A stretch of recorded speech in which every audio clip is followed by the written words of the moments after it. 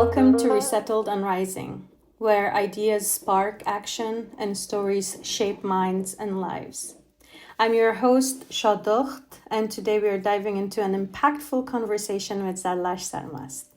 Some of us are familiar with this beautiful name and amazing personality, but are we familiar with her journey?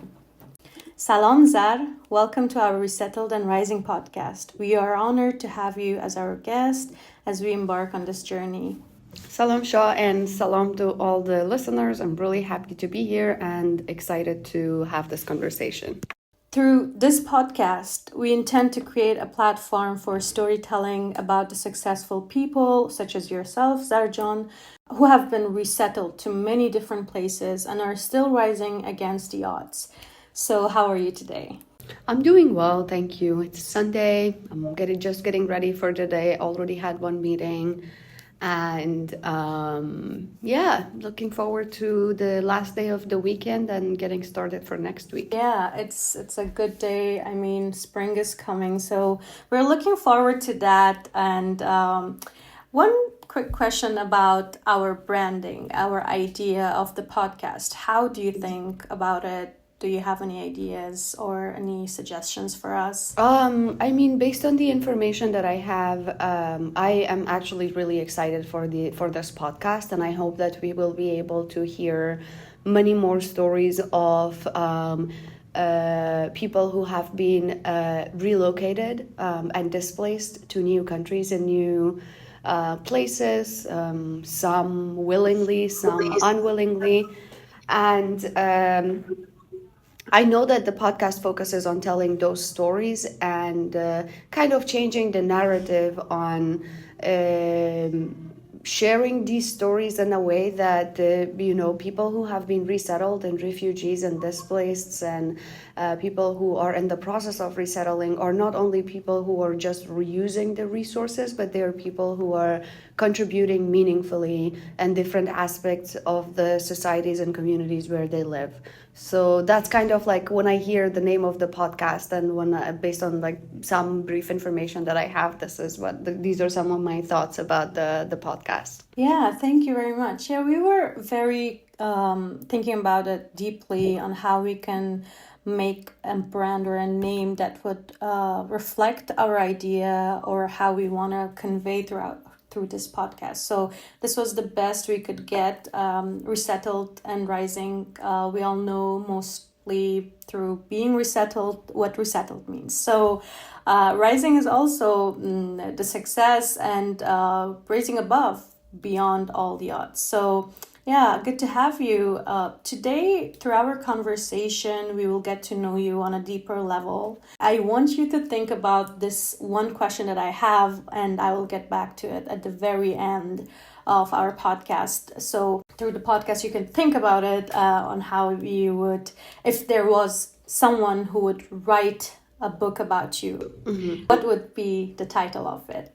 So, think about it. I'll get back to this question at the very end. Yeah, sounds great. I'll continue to think about this and let you know. That's a very interesting question. Yeah, because we all have different amazing and struggling journeys. I'm pretty sure one book title will not be enough for your life. Yeah. I'm just like right now I'm thinking about all the experiences that I have been through.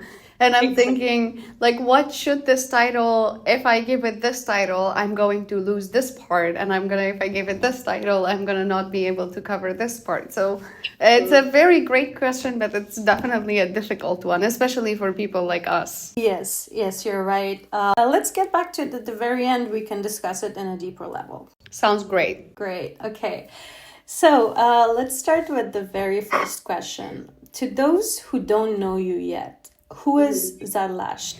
Zarlasht, I was born in Afghanistan. I grew up in Kabul. I was born in Kandahar. I grew up in Kabul. And I loved my life in Kabul despite all the challenges that we faced. I think I'm a girl who is raised by an Afghan woman My dad passed away about, I think now, some 18 years ago. And so my mom raised me. I have three siblings. I have an older sister, and then it's me. I have a younger sister, and then I have a brother. And all four of us were raised by an incredible, strong Afghan woman. Her name is Aziza. And yeah, I went to school there, and then I was after I graduated from school, I decided I got an amazing job opportunity, and I think I should share a little bit about before getting that job that my mom, to keep us always busy from like not thinking about the kind of society we were living in, and also to keep us from thinking about my dad's death, she just made sure that we are busy with a number of activities that would stop us from like thinking about some of the experiences that we were going through and that were difficult. And so she took me to the place of her work, the National Radio and Television of Afghanistan, and I was doing like children's shows there. For like I was doing kids shows, and then I moved on to other programs, and then I just continued working in media. Then after graduating from high school, one day I applied for the position of spokesperson at the International Committee of the Red Cross. I knew I was not going to get the job, but because my mom always taught us to like go for opportunities no matter what we feel, because even if we don't get that opportunity, we will learn from the process of like submitting an application and everything. So I did that, and then to my surprise, I actually got the job with the International Committee of the Red Cross because of the previous experiences with media. And I think my level of English was kind of good. So I worked for Red Cross, and then I had decided that I'm not going to study in college because I was like, oh, I have this amazing job and I'm getting paid well and I'm getting all these trainings. Why should I go to college if after graduation I'll just end up having a similar job? But then, like on social media, I would see all my friends going to college and having these amazing experiences and sharing how much they were learning. And that's when I had this feeling that I'm missing out on a very important part of my life. So I decided to apply for a scholarship at the American University of Central Asia. And I started my undergraduate degree there, and then I moved on to doing 2 master's degrees back to back, which was funny thinking I was a person who never wanted to go to college, and then there I was doing another master's degree. And yeah, I think in a nutshell, that's basically my whole life so far. Wow, I really love everything that you've done. A lot of the experiences are amazing. Those have shaped who Zarlasht is today, and we're really lucky to know you and your amazing mom. I've had the honor to see her pictures and videos through your social media, to raise the children to be this successful as you and your sisters and your brother are. It's amazing. Salute to your mother. You mentioned something about the kind of society that you said your mom wanted you not to think about the kind of society you were living in. What did you mean by that? If you can go deeper on that question. Sure. I mean, growing up in Afghanistan is not easy. Growing up being a woman in Afghanistan is even harder. And I think we all know some of like the security challenges that existed in Afghanistan. Like you would get out of your apartment or house and not know whether you're gonna make it back home alive or not, or safe and sound, or in one piece or not, because of everything that was happening. And I think the other reason that I said in the society like the one we were living in is because I didn't have all the freedoms that women in other places do. Like I didn't have the freedom to dress in the way I want to. I didn't have the freedom to do everything I wanted to do without being judged. For example, I liked to play music. My grandfather was a musician. My uncle is a musician. And my uncle actually created the first, not the first, but rebuilt the National Institute of Music after the first takeover of the current regime. And looking at that, like I always had this musical thing in me that I wanted to play music. It was something I was interested in, and I started learning how to play the violin. And I gave up very quickly because every time I had my violin case with me and I was walking down the street, people were talking things. They were saying how women shouldn't be playing music. They were saying that I was, doing something I was not supposed to be doing because I was a woman, and that it's not appropriate to practice music. So I gave up on that. It just like, I wish I didn't. But like eventually, because of all the pressure that society and people that I didn't even know was putting on me, I stopped. I gave up on my dream of being able to play the violin and perform and everything. And there are so many other examples like that, but those are some of the things that I mean when I say growing up in Afghanistan was, I loved it. I love being an Afghan, but also there are some parts that were very difficult. True. I can definitely relate and understand what you mean by being a woman in a society where they're looked down upon. Yeah, you rose above. No, that's correct. My mom just made sure that we don't like give up on our dreams or things that we like doing. So I'm happy about that. Great. More power to your mom and to you and your siblings. So you mentioned about moving to a different country for your education, and I've been to that country as well, to Kyrgyzstan.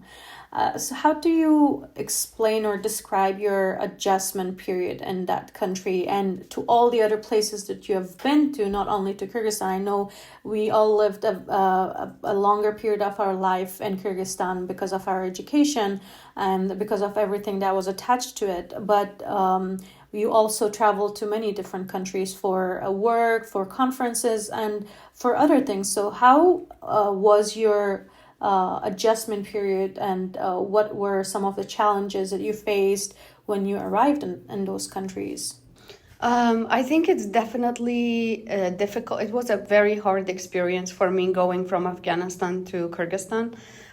Firstly, because I already had this fear because I had a gap between high school and college, undergrad, because I worked in Afghanistan for a year. So there was this academic gap between graduating from high school and getting enrolled in an undergrad program. But in addition to that, like I arrived in a country that I didn't know. Yes, culturally we had some similarities, but I didn't know the language. Majority of the people spoke in Russian or Kyrgyz. Making friends was very difficult for me at first. And even like the other things like food and the way things worked, it was very different than Afghanistan. So it definitely took me some time to adjust into the new society, learn the language, learn the culture, know how things work. It was kind of like starting your life from zero again, because like you're in your country, you get to know the society, you know how things work, you know how government offices work, you know how to like go about your day.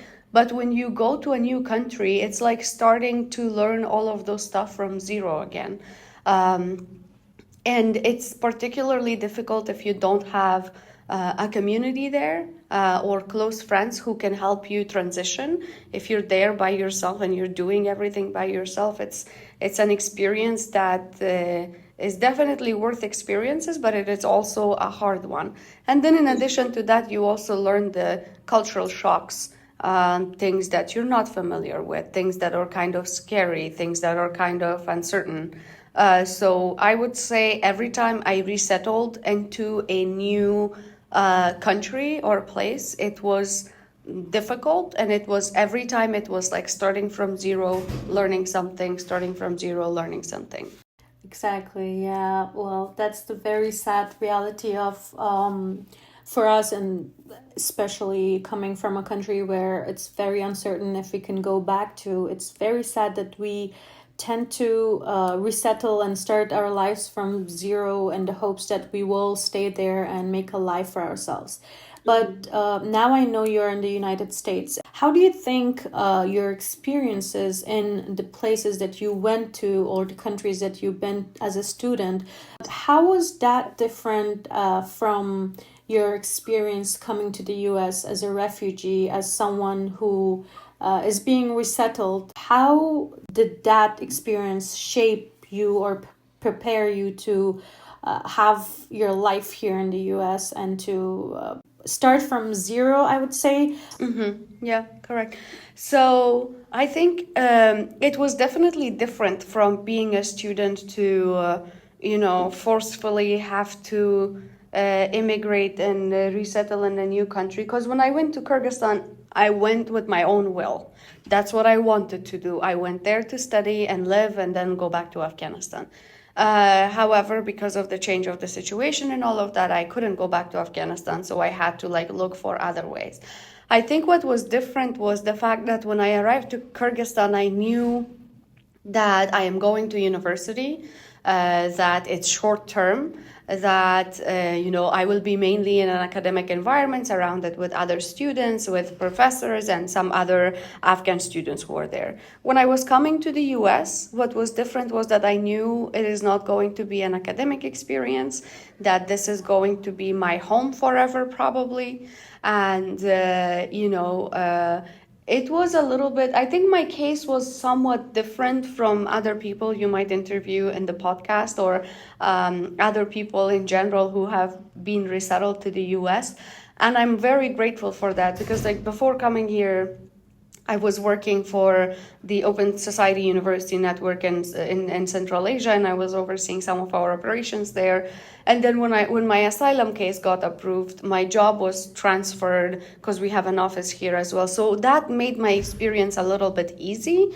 But I knew again that I'm not traveling as a person with as a student with a student visa. I'm now traveling as an immigrant, as a refugee, and that made me feel very sad. That made me feel very, I wouldn't say small, but I felt like I had this feeling that something bad has happened to me. And because of that, I'm traveling and resettling in a country that was not initially in my plan. And when I came here too, I think resettling again was a very difficult experience, particularly because of the place I was relocated to. It was not in my own hands to select where I want to be resettled. It was just assigned to me as a result of my job and the resettlement agency and other factors. But for a long period of time, I felt isolated. I had so many uncertainties and worries and anxiousness about what's going to happen to me, what the future is going to look like. I have to make new friends. I have to make a new community, and it was. I think the first month at least was extremely depressing, sad, and I just felt very out of place. Yeah. Tell us about that when you arrived here. Tell us how. I know you have told me this personally, but what were some of the struggles that you faced at the very beginning of your journey here? And what changed it to be better than when you first arrived? So tell us about that. Sure. When I first arrived to the U.S., I was stationed. They booked a hotel for us in Albany, and I stayed there for 2 days. And then I was just because they were going through my paperwork, my resettlement agency, and my lawyers and caseworkers. So I was there and I was working with them, and it was also a place which was kind of in the urban area. It's a little bit far from from downtown Albany. And then from there, some of my colleagues picked me up and they brought me to upstate New York, where I lived for 8 months. And upstate New York, as you know, is also a neighborhood which is very far away from New York City, from other places, and it can get isolated, and it can get, and one can feel a little bit lonely like that. I mean, for me, it was especially difficult because when we lived in Kabul, we lived in downtown. We were living in Sharnau, and then when I moved to Bishkek, I was living downtown, close to Bishkek Park and the city center. Yeah. So traveling from being a big city person to remote areas and places that are further far away from downtowns and from big cities I was just like, the first month I would go to work and I would come home and I would just cry. Like literally, I would say almost every day for a whole month, because I had no friends. Doing simple things were difficult. For example, if I needed to go grocery shopping, I had to ask somebody for help. If I wanted to go and do my hair, I had to ask someone to take me there. Very simple things, like everything I needed to ask someone for support, because the place where I was living, I had no public transportation. I had friends, but at some point I was just feeling that I'm just dependent on other people. But then, like, slowly, after I learned how things work, after I made my new community again, similar to Kyrgyzstan, things started to change, and I integrated, I think, into my new society and community, and then I started to feel somewhat normal. And then I moved to New York City last year in June, because I got another job offer, and now I feel like I'm finally feeling settled. I'm finally feeling like, okay, I'm in a place where I'm not feeling all those negative feelings anymore. It's still difficult to be far away from my family members and our home country, but I'm not feeling as sad and as depressed as I was when I first moved to the US. Yeah, I think this is the story we want to show and tell to people of how all of us who came to the US or other countries, how we struggled to find our way the very first few months. And it was very challenging, and it had a very negative toll on our mental health. But here we are. I mean, you're successful. I've been there with you in the same place, and I know it's great what you're having right now after all that struggle. And so I'm very proud and happy that you feel settled and better now, like not depressed or stressed, I would say. Mm-hmm. Yeah, no, totally. I mean, after I started to integrate into my new community, there are so many projects that I did. I did a photo storybook on because I was going through all these feelings. I just wanted to, and there were other Afghans around me, both students and people who were just like working, that were in that community, and they had similar experiences. So I put together a photo storybook just to document all these stories. It's called Our Journey to Bard, and it's available online in case the listeners want to check it out, which is the continuation of my first photo storybook called Our Journey from Kabul to Bishkek, that highlights the stories of students that we evacuated from Afghanistan to Bishkek, then to the United States. And in addition to that, like, I did a TED Talk recently on this very same topic, resettlement into new communities and civic engagement. I spoke about this topic at the World Bank Spring meetings last year in March. And I also feel very proud that even though I've been through all these challenges and difficulties, the skills that I've learned throughout my journey has helped me overcome these challenges and work on really interesting, amazing work and projects that reflects our voices, that reflects our skills and abilities, and makes sure that people in the community where we have integrated know that we are actually contributing in different ways into their communities. Yeah, I was about to ask about your books, the published books that you have, and thank you for mentioning those. So take us through the journey of how, what impacted your decision to create those books and publish them. I know the first one was in Kyrgyzstan, the second one was here. How your experiences ended up creating that book, and how did that impact the community back there and back here in the US? Sure. That's a great question. Yes, I decided to do the first photo storybook because I was deeply involved in helping evacuate Afghan students from Afghanistan to Bishkek.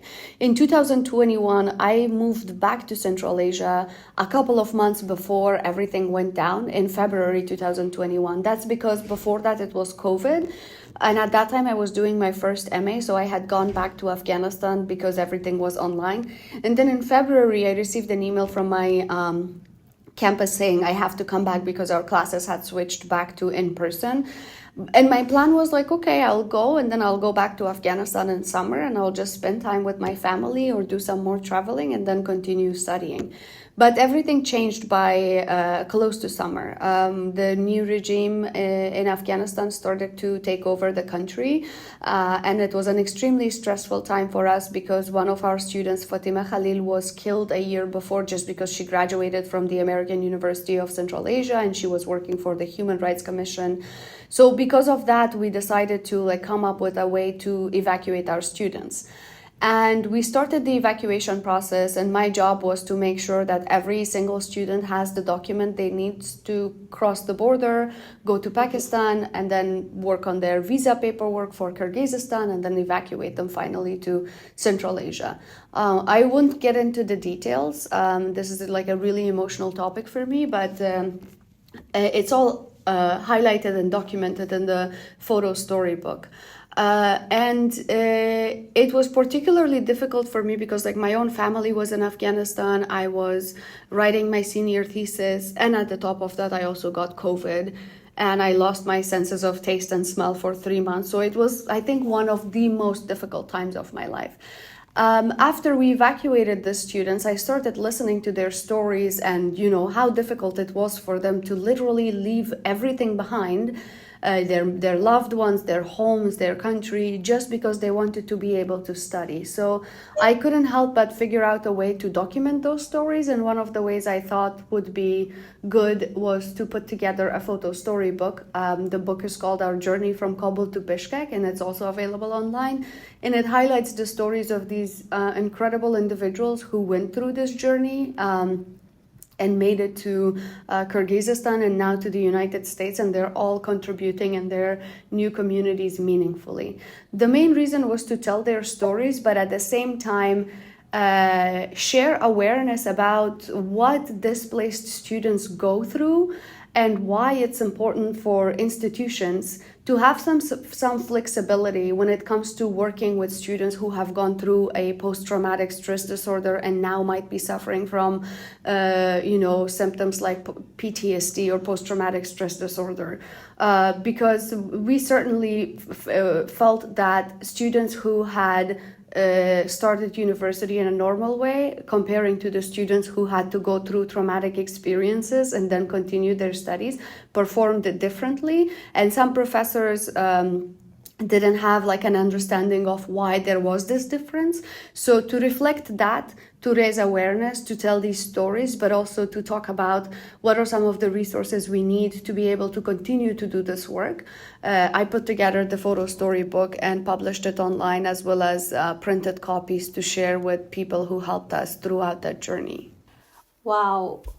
I was there when you were working on that book, and I was there hearing the stories from my friends who were passing borders to leave Afghanistan to go to Kyrgyzstan, and it was a very difficult journey, and you taking the opportunity to inform people around the world about their experiences was amazing, and your research integrating the experiences of traumatized people and into their outcome or educational outcome is amazing. Well, you are a true gift to the society, I would say. Thank you for doing those things for us and for being a help to those who were evacuating during that time. I know you were a great help, and everyone back in Kyrgyzstan was praising your help, and this whole evacuation wouldn't have been possible without you, and we're very grateful for you. So taking all of your professional experiences, in mind? You mentioned about being in media in Afghanistan, to being a spokesperson, to remind me the place I forgot. Was it to GIZ or? Oh, the Red Cross, yes. GIZ, I worked for GIZ too for a short period of time in Bishkek, but Red Cross was, I think, the main highlight for me. Yeah, so being a spokesperson in those big organizations and also doing these researches and in different places, to being a coordinator or a civic engagement point of contact in our university, and taking that to your current job, all of these professional experiences. What would you say were some key moments that shaped your career, and how was it difficult or easy for you to go from one profession to other? That's a great question, and I think it might sound weird that I would say I felt like they're all somehow connected with each other. Because like when I was working with media, as a kid, I was doing all these stories, but I was taught to be careful about sensitive topics. And then when I moved on to working for Red Cross, it was again like me speaking with media and sharing the information about the work of the organization that I did. But I think some jobs were challenging than the other. For example, in Red Cross, I had to answer to media why the organization I'm working for is providing healthcare support both for the Taliban and the Afghan military. But the answer to that is because they're neutral, and once somebody is injured in a war and conflict, they are no longer considered a threat or party involved in conflict, but a human being who's been hurt and injured. And then moving from Red Cross back to Bishkek, I worked in GIZ, where I was doing like media work. I was recording their classes and etc. And then this whole time, I think my belief is that everything is civic engagement. There is just different sectors of civic engagement, like political civic engagement, financial civic engagement, social civic engagement, and etc.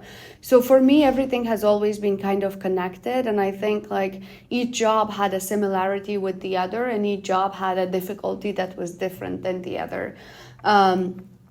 But I would say like my journey was very interesting, eye-opening, and I'm grateful for all the opportunities that I had throughout my life so far that developed my professional skills.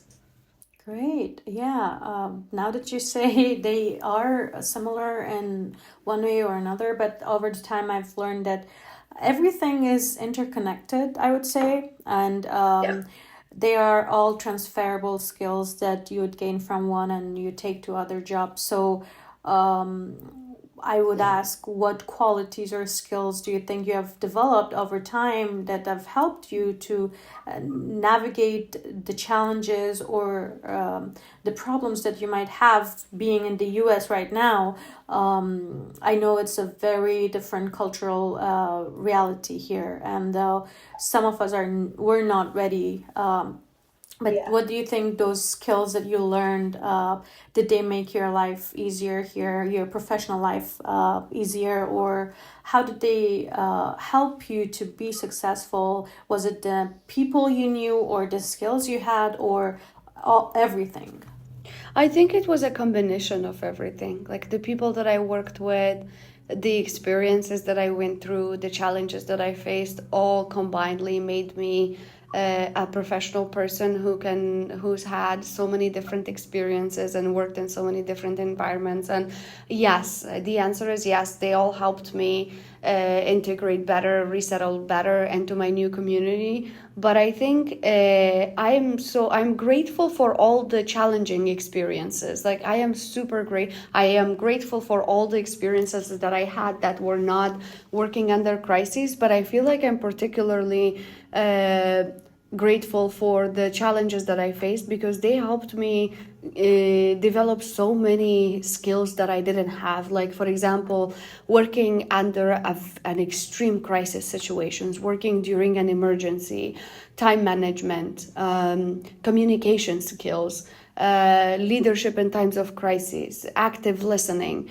like these are all things that I've learned throughout this time. And I think now, uh, when I face challenges in my job and all of that, they just don't seem like a challenge to me because of everything that I have experienced in the past.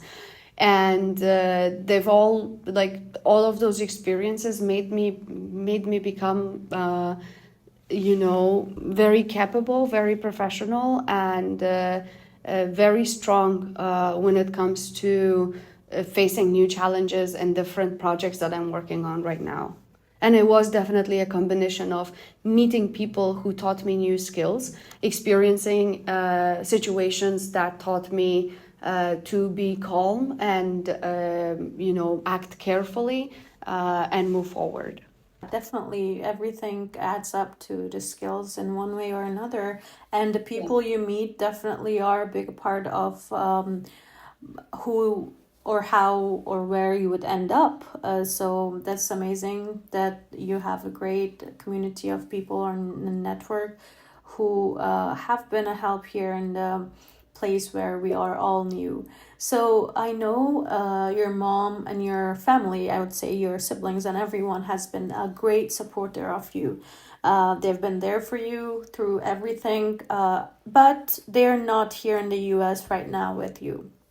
So, who do you think is your biggest supporter in the US, and how have you gotten that support from them? Is it through like an individual person or a community, or I would say an Afghan diaspora community here? Have they been supportive, or are you related or connected to them in a way that would get their support? Or, yeah. Yeah. This is really important, and I think for me it's been again a combination of different communities and people. I think the first person who's been extremely supportive was I have like three different bosses, but one of them, Erin Kenan, she's been my role model since I was an undergrad at the American University of Central Asia. She's been one of the reasons I was able to go through all my experiences with calm mind. And in addition to that, I would say even though my family is far away, staying in touch with them online has been super helpful. Like talking to them, sharing my experiences, crying to them sometimes, etc., has been helpful. But then also, like my partner lives in the US, who also had to come here through like resettlement. And he's been one of my biggest supporters. He's always there when I need him, and also the community of Afghan diaspora for sure, like 100%, because we go through similar experiences, even though our stories are different. So I feel like every time I speak with someone from the Afghan diaspora, they understand me better than anybody else can understand me, because they have been through the similar experiences and they can really feel what I'm trying to share with them. So it's been a combination of my colleagues, my partner, my family, and my Afghan community. That's good to hear. Having everyone who you dearly love being there for you and supporting you is such a blessing, and I'm really happy for you. So let's go back to where you said you at the very beginning, and when you were in Afghanistan, you said you knew you won't get the job, but you got it. And I'm pretty sure there are many of us. Personally, I sometimes when we go to different professions or to different jobs, we always feel like we are less than. We have that imposter syndrome. Oh, we can't do this. This is difficult. How do these people do it? Oh, I don't have this experience for a certain amount of years. So what am I going to do? I'm less than this. So what would you say, or what would your advice be to those people who are, let's say, refugees, resettled in different countries, such as, let's say, to me, what would your advice be that I'm facing the similar challenge of imposter syndrome? How would you want me to navigate my life and not feel discouraged or uncertain about the future? What would your advice be to me? Thanks so much for asking this question. I would say what my mom told me when I was having doubts, and that's like go for whatever opportunity it is you're interested in, because even if you don't get it, you're going to learn something from the process. So I would say go for it. I would say never doubt yourself. First of all, believe in yourself, especially for individuals like us, because we have so many skills and so many talents, but we still doubt ourselves because of different reasons. But my advice would be, first of all, believe in yourself 100% and manifest it, and just think like, even when you're applying, just think of it in a way that you've already gotten the opportunity that you're trying to get. And second of all, even if there are small doubts, say to yourself that, yes, there are these possibilities that I might not secure this particular opportunity or get it, but I'm going to learn something from the process. I'm going to edit my resume accordingly. I am going to write an email to this particular organization. I am going to, I learned what the job descriptions are, what the opportunity descriptions are for this particular goal, for this particular program, and you're going to learn something from the process. So in either way, if you get it perfect, you're getting the opportunity you wanted. And if you don't, you have learned something from that process. You have learned why it didn't work out and how can you be better prepared for the future, and etc. That's amazing. Thank you very much. That was an answer to one of the other questions that I also had. If you want to elaborate on it, sure. If not, we can pass to other question. My question was, what do you hope people will take away from hearing your story today?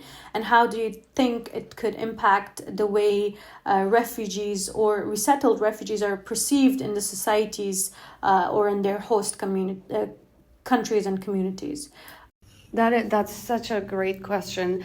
I would say, I think it's different refugees, different immigrants, different people who have been resettled might have different answers to this question. For me particularly, I just hate it when I'm looked at as a person who's like, oh, you poor thing, or I just hate that feeling of like being pitied on. Like, I made it here.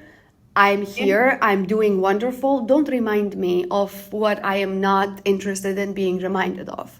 Instead, say what an incredible person I am and how great I'm doing. And all the work that I'm doing is making an incredible impact. But don't talk about, oh, it must have been really difficult. Yes, it was. Yes, I've been through it. I don't know. I think some people might appreciate and talk about some of their feelings. I personally don't want to talk about that experience again and again and again with everybody that I meet and get the reaction of, oh, you're from Afghanistan. Oh, it must have been really difficult. Oh, it must be very hard for you. All those things make me feel small. It makes me feel like something is wrong. It makes me feel like I'm different. It makes me feel like there is something wrong with me. And I just don't like feeling that way. So so to the people who are listening to this, I would just say, when you meet someone who's resettled, just act normal and just act like you're meeting an individual who's been through some challenging times and is not interested in being reminded of that challenging time and is doing great. So focus on the positive. Exactly. Yeah, I totally agree. I think the goal of our podcast is also to show the other face of refugees who are resettled into their new countries and to their host countries. We want to show that it's not only about the struggles, but they have raised above, they have gone through it all, and they're successful and resilient. And now they're changing and rewriting their stories.